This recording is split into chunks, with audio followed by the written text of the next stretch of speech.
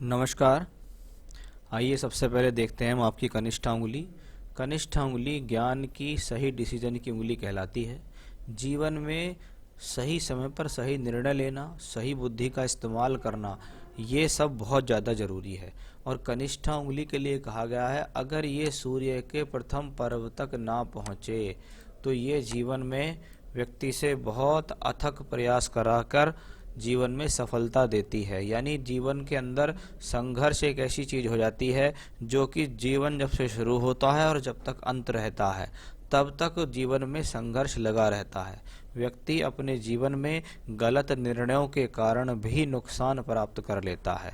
कभी कभी ऐसी फिंगर व्यक्ति को स्वभाव से हठी और जिद्दी बनाती है, या इसको ये कह सकते हैं कि व्यक्ति को ऐसा लगता है कि जैसा मैं सोच रहा हूँ या जैसा मैं कर रहा हूँ वही सही है, बाकी सब गलत है।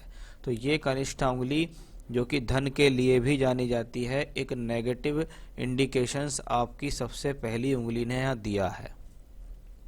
चलिए बात करते हैं सूर्य की उंगली की। सूर्य की उंगली अपने आप में ठीक है, शनि की उंगली से मिली हुई है। घर परिवार की तरफ आपका ध्यान है, घर परिवार के लोगों के साथ मिलना चाहते हैं, उनके साथ रहना चाहते हैं, उनके साथ अपना ठीक व्यवहार भी करते हैं। माता पिता की सेवा की इच्छा भी ऐसे व्यक्ति की होती है।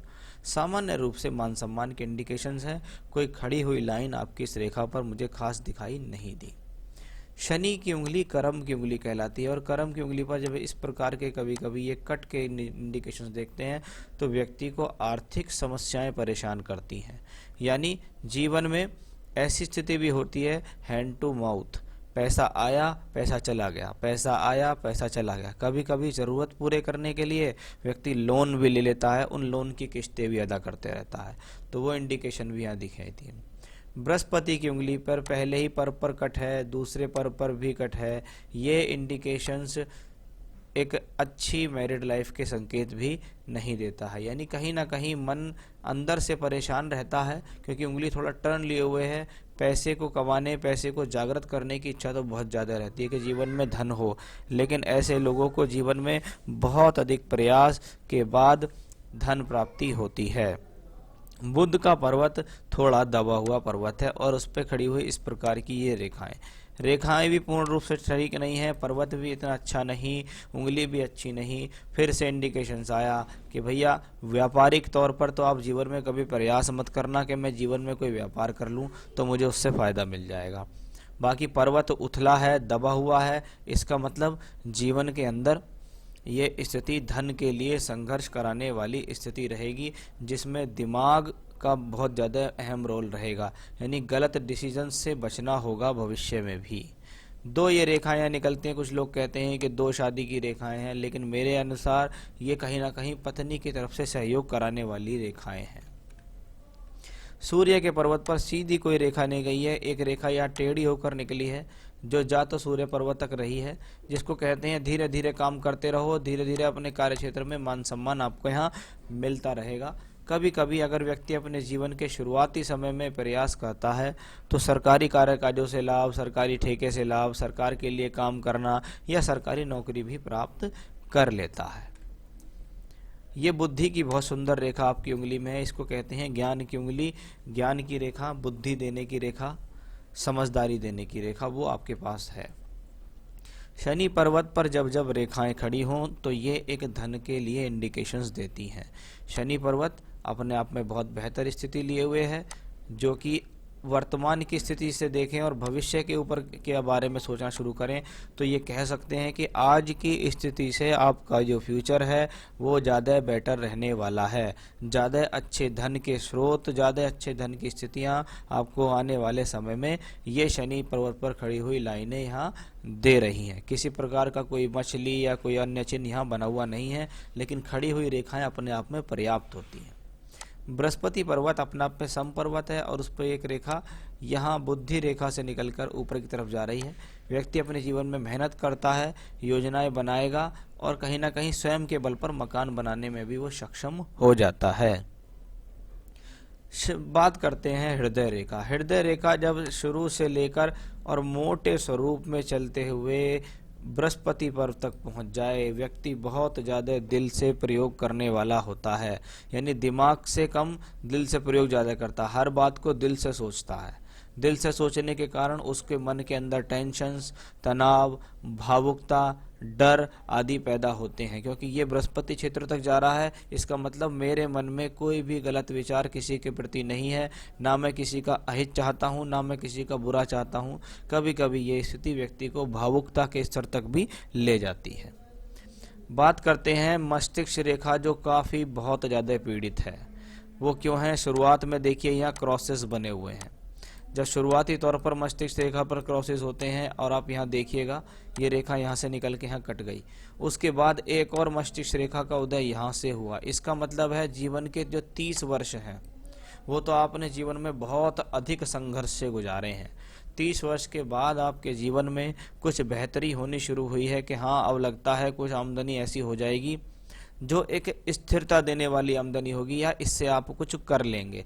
लेकिन 30 वर्ष तक जब रेखाएं इतनी डामाडोल हों तो व्यक्ति के मन में बहुत बार उतार चढ़ाव ये होते हैं कि क्या मैं सही करियर पर हूँ, क्या मैं सही करियर कर रहा हूँ, क्या मुझे ये करियर करना चाहिए, क्या मुझे ये काम छोड़ देना चाहिए। ऐसी स्थितियाँ भी व्यक्ति के जीवन में आती रहती हैं। तो वो इंडिकेशंस यहाँ साफ तौर पर दिखाई दे रहे हैं। मंगल पर्वत के बारे में बात करते हैं। मंगल पर्वत से रेखाएं जब निकलकर हृदय रेखा की तरफ आकर्षित होती हैं तो व्यक्ति कर्मशील होता है, कर्म पर बिलीव करने वाला होता है, कर्म करके जीवन में तरक्की हासिल करने की इच्छा रखता है।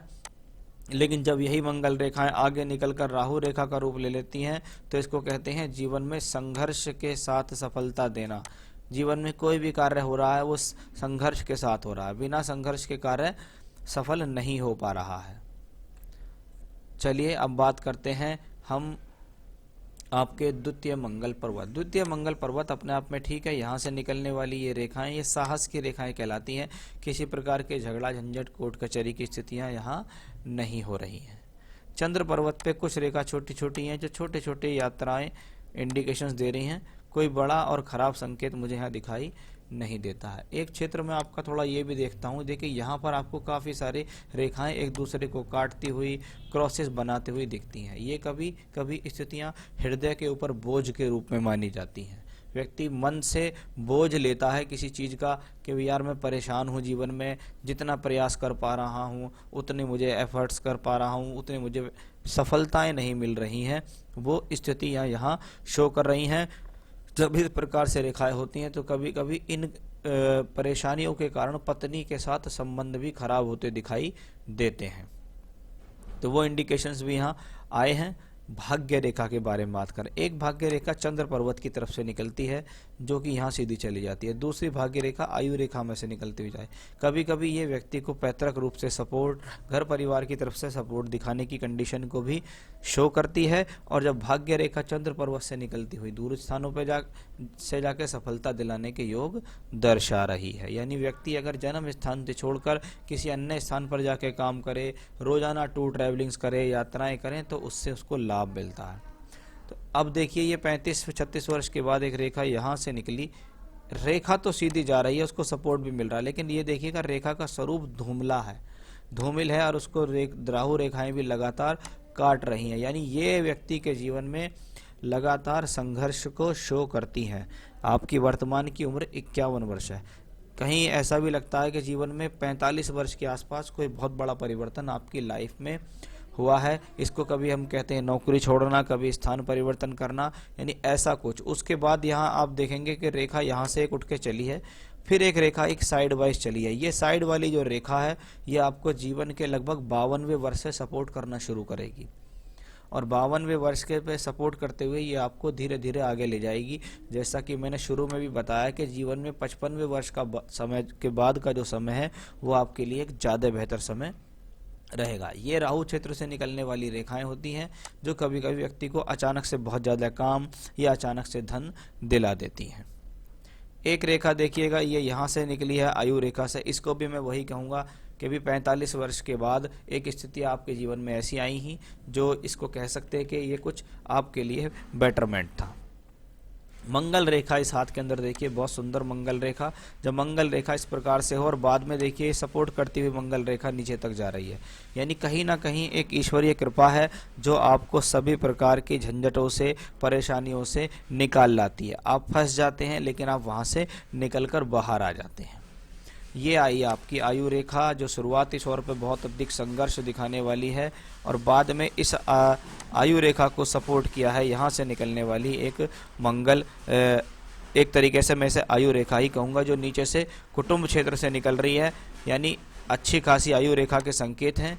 जीवन में बहुत आराम से 78-80 वर्ष तक की आयु रेखा आपको यहाँ दिखाई दे रही है।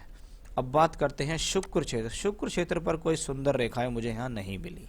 इसको कहते हैं जीवन में कोई बहुत बेहतर सुख साधनों की स्थिति तो दिखाई नहीं देती, बहुत अच्छे सुख साधन नहीं दिखाई दे रहे हैं, लेकिन हाँ सुविधा के अनुसार सुख साधन हैं जिनका आप अपने जीवन में भोग कर रहे हैं।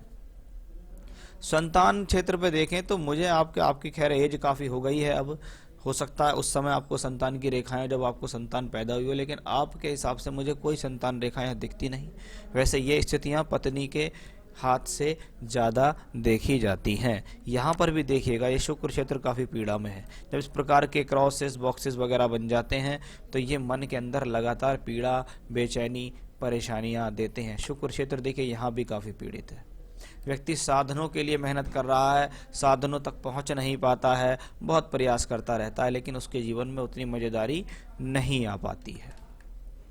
तो ये तो हाथ की सभी रेखा पर्वतों की जानकारी दी। आपने कुछ सवाल भी लिखकर भेजे हैं। आपने कहा कोई भी काम करता हूँ, काम तो अच्छा करके देता हूँ, लेकिन कोई रेस्पेक्ट नहीं मिलता। वो रेस्पेक्ट ना मिलने के लिए आपके सूर्य पर्वत से भी रेखाएं दिखाई दी और आपकी सूर्य की उंगली से भी वो दिखाई दी। और सबसे बड़ी बात क्या है, देखो ये जो कनिष्ठा उंगली है, जब ये इतनी ज़्यादा छोटी हो जाती है ना, तो व्यक्ति के जो संतुष्टि का दायरा है उसको सीमित नहीं रख पाती है। इसको कहते हैं, हो सकता है आपको काम का लोग बाग कहते हो कि अच्छा काम किया है, लेकिन व्यक्ति कुछ ज़्यादा चाहता है।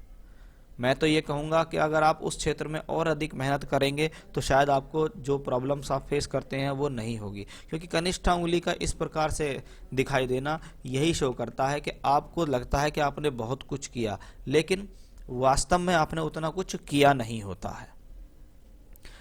अकाउंट्स का काम कर रहे हैं आप काफ़ी उम्र से, बट कुछ नहीं बन पाया है। देखिए वो आपकी रेखाएं लगातार दे रही हैं, लेकिन मैं निश्चित कह सकता हूं कि जीवन में 55वें वर्ष के बाद कुछ आपके जीवन में बहुत अच्छी सफलताएं मिलेंगी।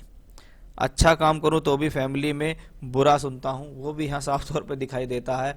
आपकी जो मस्तिष्क रेखा है, आपकी जो हृदय रेखा है, ये ना दिल से ज़्यादा सोच रहे हैं आप, द्रवित हो जाते हैं, भावुक हो जाते हैं, अंदर ही अंदर सोचना शुरू कर देते हैं, जैसे ऐसा लगता है। मैं आपको एक बात बताऊं, आप नॉर्मली एक ही कर कीजिए कि भी मुझे अपना कर्म करना है और अपनी जिम्मेवारी पूरी करनी है। लोगों से मुझे वाहवाही मिलेगी तो ठीक, ना मिलेगी तो ठीक, लेकिन आप अपने कर्म पे काम करो। आपकी रेखाएं यही कहती हैं, नहीं तो आप खामोखा उलझनों में, प्रॉब्लम में फंसते चले जाओगे। शेयर मार्केट में काम करूं क्या, नहीं करना चाहिए। आपके हाथ की रेखाएं पर्वतें ऐसे नहीं कहती कोई आपको अचानक धन लाभ मिलेगा। एक लड़का है 16 साल का, उससे सही रास्ता दिखा पाऊंगा क्या? हाँ बिल्कुल दिखा पाएंगे। बृहस्पति पर्वत भी आपका अनुकूल है, यानी रास्ता तो आप दिखा पाएंगे। बाकी संतान जीवन में कितने हद तक उस रास्ते पर चलती है, क्या करती है, वो उसकी कुंडली से पता चलता है। हमेशा दिल में डर रहता है फेलियर का, ये वही सब चीज़ें हैं। ये जो मस्तिष्क रेखा और हृदय रेखा है, ये आपका सबसे बड़ा प्रॉब्लम है। दूसरा ये देखिए, लैक ऑफ कॉन्फिडेंस, कॉन्फिडेंस की कमी देता है। व्यक्ति कहीं ना कहीं आत्मिक तौर पर द्रवित रहता है, परेशान रहता है, आत्मिक तौर से ज़्यादा गंभीर सोचना शुरू कर देता है। तो इतनी जो रेखाएं जब प्रॉब्लम में होती हैं तो व्यक्ति के साथ ऐसा ही होता है। कहीं क्रॉस बन रहे हैं, कहीं कट बन रहे हैं, कहीं राहु रेखाएं काट रही हैं। अब इन सब से निकलना है आपको। इन सब से निकलेंगे कैसे? देखो रेमेडी तो मैं बहुत सारी बता सकता हूँ, लेकिन मैं सिर्फ आपके लिए एक ही रेमेडी बताऊँगा। वो है, आप करेंगे रोजाना हनुमान चालीसा का पाठ 7 बार, यानी एक ही बार में बैठकर लगातार 7 बार हनुमान चालीसा आपको पढ़नी होगी। एक स्थान पर बैठ जाइए, भगवान श्री राम का ध्यान कीजिए, हनुमान चालीसा पढ़िए, फिर हनुमान चालीसा पढ़िए, फिर हनुमान चालीसा पढ़िए, यानी 7 बार लगातार हनुमान चालीसा पढ़नी है। रोजाना के नियम से बना लीजिए इसे, और जैसे जैसे करके आप अपने जीवन में इस कार्य को करते चले जाएंगे, आप अपने जीवन में तरक्की भी पाएंगे, कॉन्फिडेंस भी पाएंगे, मान सम्मान भी पाएंगे। साथ ही साथ मैं आपको एक स्टोन पहनने की जरूर सलाह दूंगा कि आप इसके अंदर एक डबल फायर ऑस्ट्रेलियन ओपल अवश्य धारण करें, ये आपकी प्रोफेशनल लाइफ के लिए अच्छा रहेगा, मान सम्मान के लिए, पैसे के लिए, सभी प्रकार से बेहतर है, क्योंकि इस हाथ के लिए सबसे ज़्यादा जरूरी स्टोन है डबल फायर ऑस्ट्रेलियन ओपल। आप चाहें तो इसे मुझसे प्राप्त कर सकते हैं, मैं आपको स्टोन दिखा भी सकता हूं और आपके एड्रेस तक रिंग बनाकर पहुंचा भी सकता हूं। तो ये था आपके हाथ का एनालिसिस और आपके सवालों के जवाब। नमस्कार।